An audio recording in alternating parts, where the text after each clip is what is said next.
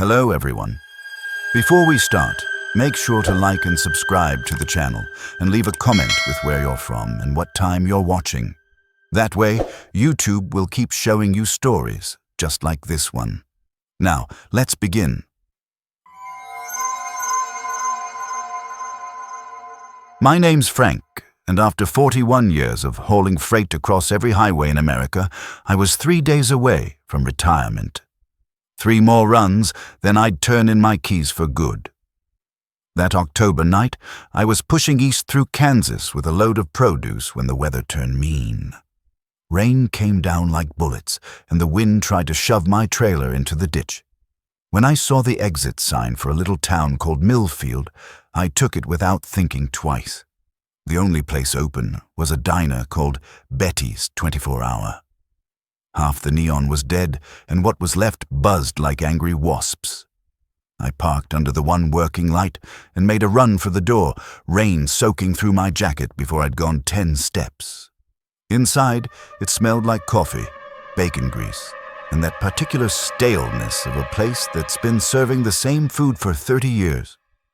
5 people sat scattered around, 3 farmers in seed caps, a woman with weathered hands wrapped around a coffee cup, and a kid in a Letterman jacket who kept glancing at me like I was interrupting something. The waitress had red hair going gray and tired eyes. She poured coffee without being asked, the kind that's strong enough to wake the dead. "Storm's got the interstate flooded ahead," she said. "You'll be here a while." "That's fine," I said. "Just need some food and a place to wait it out." She nodded toward the menu board. "Pancakes are good, fresh made." While I waited for my food, I noticed the bulletin board by the register. The usual small-town stuff, church suppers, yard sales, and a few missing person flyers. One caught my eye because of the location. A trucker named Mark Daniels, last seen at a roadside diner off I-70. The photo showed a guy about my age, wearing the same kind of ball cap I had in my truck. The waitress brought my pancakes and slid a napkin under my fork. Her hands shook just enough to notice. When I looked down, there was writing on the napkin in blue ink. "Don't park behind the building." I looked up, but she'd already moved away. The farmer in the corner booth was stirring his coffee with a spoon, making slow, deliberate clinks against the mug. The kid in the jacket was watching my reflection in the pie case glass. Nobody was talking, but the silence felt heavy, like everyone was waiting for something. "Storm should break soon," the waitress said when she came back with more coffee. "If you're just passing through, stay under the lights out front. Don't go past the dumpsters." I wanted to ask why, but something in her voice told me not to push it. When I paid my bill, the receipt had their logo stamped on it, Betty's Diner with a little cartoon coffee cup. But underneath, someone had written in the same blue ink, "Thanks for stopping by again." Again. I'd never been to this place before in my life. Back outside, the rain had eased to a drizzle, but the wind still howled through the power lines overhead. I climbed into my cab and sat there, engine idling, watching the diner through my windshield. The people inside looked normal enough, but something about the whole situation felt wrong. Like a play where everyone knew their lines, except me. That's when I heard the tapping on my trailer. Not the random banging of loose chains or shifting cargo. This was deliberate. Tap, tap, tap. Pause. Tap, tap, tap. Like someone knocking on a door. I grabbed my flashlight and climbed out, my boots splashing in the puddles. The lot was empty except for my rig and an old sedan parked way back by the dumpsters. I walked along the side of my trailer, listening. The tapping had stopped.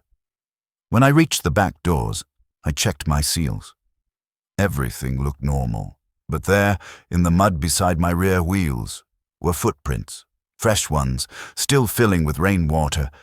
They led from the dumpster area right up to my trailer, then just stopped, like whoever made them had vanished into thin air. My CB crackled to life. "Breaker 19, this is Road Dog.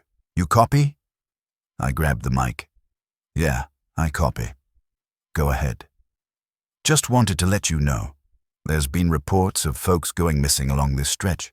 Truckers mostly. You be careful out there. What kind of reports? Static filled the channel for a long moment. Then, the kind where they find the truck but not the driver. You just be careful, Blue Jay. Blue Jay. That was my handle from 20 years ago. Nobody had called me that in a decade. Who is this? I asked, but the radio had gone dead. I looked back toward the diner. The lights were still on, but I couldn't see anyone inside anymore. The windows just showed empty booths and that slowly turning pie case. The old sedan by the dumpsters was gone too, though I hadn't heard it start or seen it leave. I climbed back into my cab and locked the doors. Every instinct I developed in 4 decades of driving told me to get out of there. I put the truck in gear and rolled toward the exit, my headlights cutting through the drizzle. In my side mirror, I watched the diner shrink behind me. Just before it disappeared completely, I saw a figure standing in the doorway. Tall, wearing what looked like a ball cap. For just a second, in the glow of the neon, it looked exactly like the missing trucker from the flyer. I didn't stop driving until I reached the Loves in Salina, 40 miles down the road. Under the bright truck stop lights, surrounded by other drivers, I finally felt safe enough to get out and check my load again. Everything was secure, but on my rear doors, someone had drawn a symbol in the mud. A circle with an X through it. I'd heard about those marks. Hobo signs, some called them. This one meant dangerous place. I washed it off with a bottle of water, but I kept that napkin from Betty's diner. Sometimes, when I can't sleep, I take it out and look at those faded blue words. Thanks for stopping by again. And I wonder if maybe I had been there before, in some life I don't remember.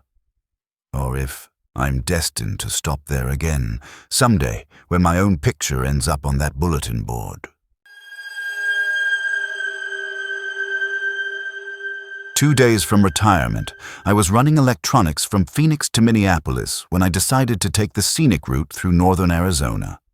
It was one of those clear desert nights where you can see every star, and I wanted to savor it. This was my second to last run, and I figured I'd earned the right to enjoy the view. Around midnight, I pulled into the Meteor Crater rest area. It's one of those concrete and steel places built in the 70s, all sharp angles and government efficiency. A couple of vending machines hummed under fluorescent lights, and there were maybe 3 other vehicles in the lot, a minivan with out-of-state plates, a pickup truck with a camper shell, and a sedan parked way out in the shadows. I needed to stretch my legs and use the facilities, so I set my brakes and climbed down. The desert air was crisp and clean, carrying the scent of sage and something else. Something metallic that I couldn't quite place. Maybe it was just the smell of the crater itself, that ancient impact site a few miles away. Walking back from the restroom, I noticed something odd. There was a white zip tie looped around my passenger door handle. Not tight, just hanging there like someone had marked my truck. I'd heard stories about that. Criminals marking vehicles to identify easy targets or lone drivers. I cut it off with my pocket knife and tossed it in a trash can, but the sight of it left me uneasy. I was just about to climb back into my cab when I heard voices from the other side of my trailer, a man and woman talking in low, urgent tones. I couldn't make out the words, but something about their conversation sounded wrong, too intense for a casual rest stop meeting. I walked around my trailer, trying to look casual, like I was just checking my load. There they were, a young couple, maybe late 20s, standing by the pickup truck. When they saw me, they stopped talking immediately. "Evening," the man said. He had the kind of smile that didn't reach his eyes. "Nice night for driving." "Sure is," I replied, keeping my distance. The woman stepped closer. "We're having some car trouble. Our fuel pump went out. You wouldn't happen to have any tools we could borrow?" I glanced at their pickup. It was running fine.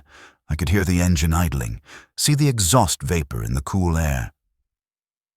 Sounds like it's running okay to me. The man's smile faltered. It's intermittent, keeps cutting out. Something about their story didn't add up. The way they positioned themselves, blocking my view of their license plate. The way the woman kept glancing toward the shadows where that sedan was parked. The fact that they'd approached me instead of flagging down the highway patrol. I can call for help, I offered. There's a substation about 20 miles east. That's okay, the woman said quickly. We'll figure something out. They backed away then, disappearing into the darkness beyond the rest area lights. I stood there for a moment, listening to the desert wind and the distant hum of traffic on the interstate. Everything felt wrong, but I couldn't put my finger on why. Back in my cab, I tried to settle down for a few hours of sleep. I'd set my alarm for 4 a.m., planning to get back on the road before dawn. But every little sound made me jump. The tick of cooling metal, the whisper of wind around my mirrors, the distant howl of a coyote somewhere out in the darkness. Around 2 a.m. I heard footsteps on gravel. Slow, deliberate steps circling my truck. I lay perfectly still in my sleeper, listening. The steps paused at my fuel tanks, then moved toward the front of the truck. Someone was checking me out, learning the layout of my rig. Then came the sound that made my blood run cold. A child crying. Soft, heartbroken sobs coming from somewhere outside my truck. "Mama?" a small voice called. "Mama, where are you?" Every instinct told me it was a trap. I'd read about it online. Criminals using recordings of children in distress to lure drivers out of their cabs. But hearing that little voice, so scared and alone, it was almost impossible not to respond. If you're still listening, you probably enjoy stories like this. A like or a comment helps keep them alive. The crying continued for maybe 5 minutes, moving around my truck like whoever was making it was searching for their mother. Then it stopped abruptly, cut off mid-sob like someone had hit a switch. I waited another hour before I dared to look outside. The rest area was empty except for my truck. The minivan, the pickup, the sedan, all gone. But there, scattered around my truck in the gravel, were children's toys, a stuffed rabbit, a small plastic car, a coloring book with pages fluttering in the wind. I started my engine and got out of there fast. At the next truck stop, I called the highway patrol and reported what I'd seen. The trooper I spoke with didn't seem surprised. "We've had reports about that rest area," he said. "Folks using it as a base for robbery, kidnapping, worse. That crying you heard. We think it's a recording they play through a portable speaker. They use it to get drivers out of their cabs. What about the toys? Probably left them to mess with your head. Make you think there really was a kid in trouble. It's psychological warfare." I made my delivery in Minneapolis and drove straight back to the terminal. That was my next to last run, but I couldn't shake the memory of that child's voice, so realistic, so heartbreaking. Part of me still wonders if there really was a kid out there, lost and scared, while I sat in my cab doing nothing to help. But the rationale part of me knows better. In 41 years of driving, I'd learned to trust my instincts, and my instincts told me that whatever was happening at that rest area, it wasn't about helping a lost child. It was about making me into the next missing trucker on some bulletin board.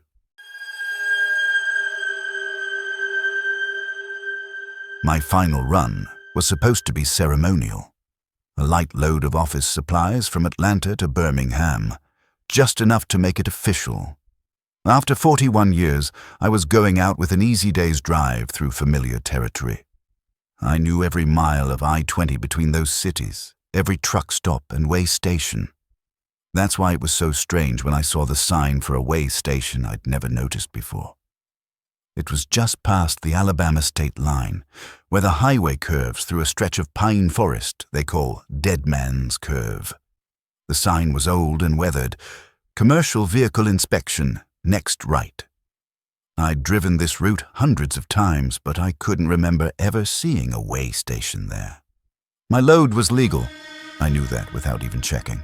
But the sign was lit up, and in Alabama, you don't ignore an open-way station.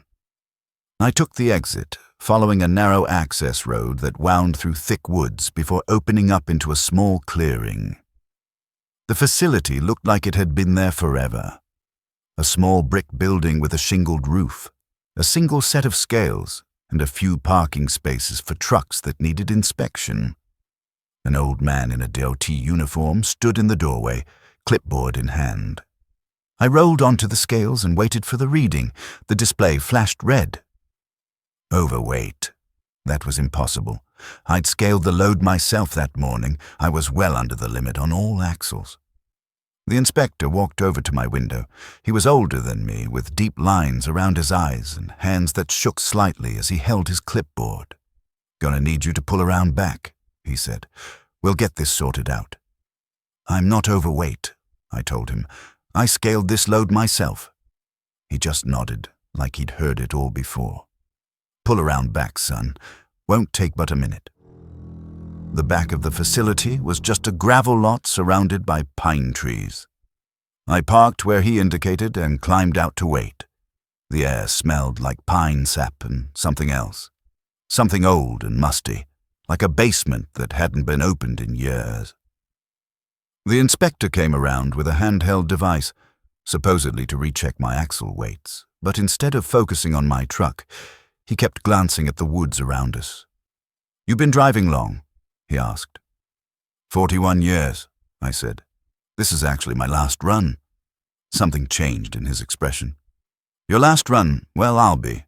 That's something special." He looked down at his clipboard, then back at me. "What's your name, son?" "Frank Morrison." He wrote something down, then looked up at the sky. It was getting dark, though it couldn't have been more than 4 in the afternoon. The trees seemed to press closer, their shadows reaching across the gravel lot like fingers. "Frank Morrison," he repeated. "You know, we get a lot of drivers through here on their last runs. Funny thing about last runs, they have a way of lingering." I didn't like the way he said that. "What do you mean?" Instead of answering, he pointed to a wooden bench beside the building. "Have a seat. This might take a while." The bench was old and weathered, carved with initials and names going back decades. As I sat down, I noticed that some of the carvings were recent, some looked ancient, but they all had one thing in common. They were all trucker handles and names, followed by dates. Road Dog 1987, Smokey Joe 1993, Highway Bill 2001. And at the far end of the bench, carved deep into the wood, was my own name. Frank Morrison, 2024. My hands started shaking. "What kind of place is this?"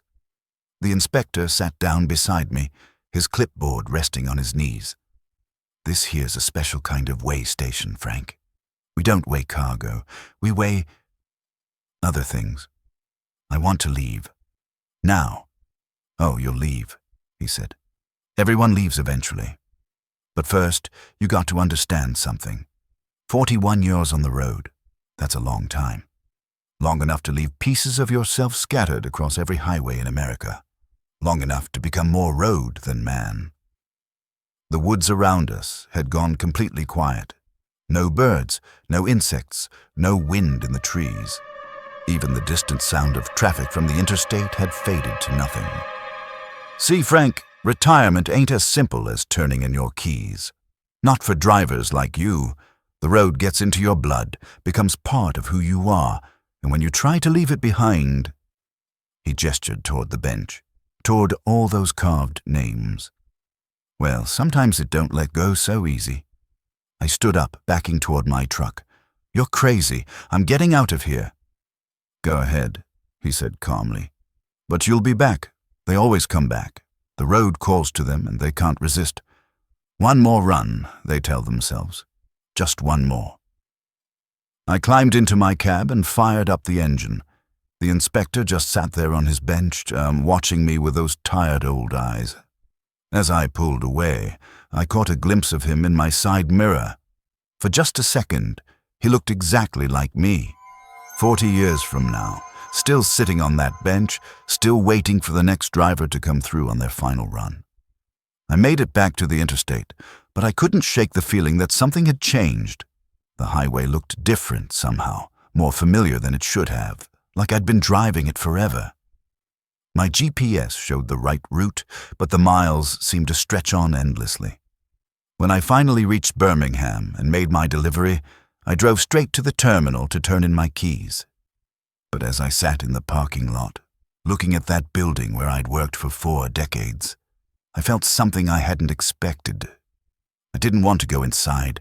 I didn't want to turn in those keys.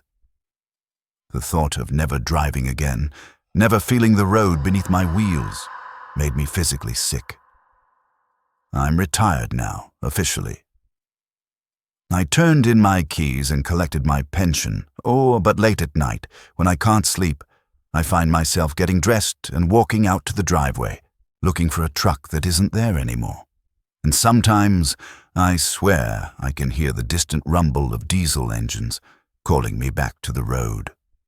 They say retirement is supposed to be the end of one chapter and the beginning of another, but I'm starting to think that for some of us, there is no end. There's just the road, stretching on forever, waiting for us to come back home.